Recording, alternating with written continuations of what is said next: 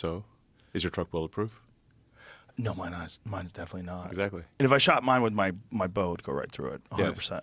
100%. So if you shoot any normal car, unlike in the movies where people hide behind car doors, a car door is basically very thin, mild steel. So if you shoot a gun at through like a regular truck, it'll go through both doors.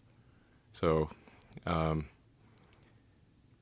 you can't hide behind a car door like they do in the movies. You know, way back in the day, dating myself, but the A-Team where they would like, you know, there'd be like bullets flying everywhere and they'd be hiding behind the car door. Right. That doesn't work. But it does in a Cybertruck.